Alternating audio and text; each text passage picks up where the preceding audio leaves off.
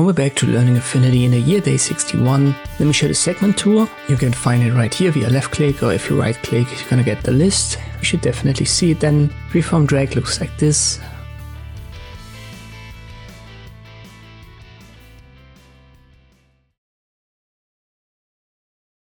When you hold shift, width and height will be the same.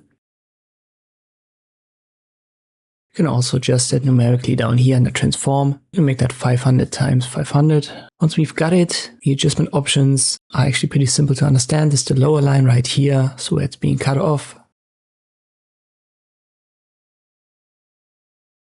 At 50% would give us a half circle. And it's the upper line, currently it's at 100%, so you can cut the segment in two directions. There's also a mirror and a negate option, and they make it a lock to this position. So lower was 15%, with the mirror it becomes 85.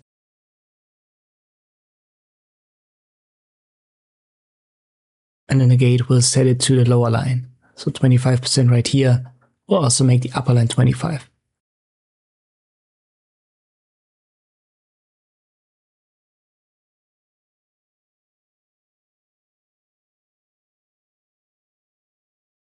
You can also adjust the cut angle. So right now it's 90 degrees, but if you wanted to come from left and right, you can simply set that to 180.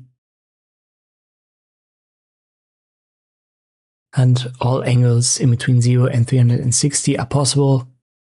And this is how you can use the segment tool in Affinity. I hope this video was helpful. Thank you for watching, and I'll see you next time.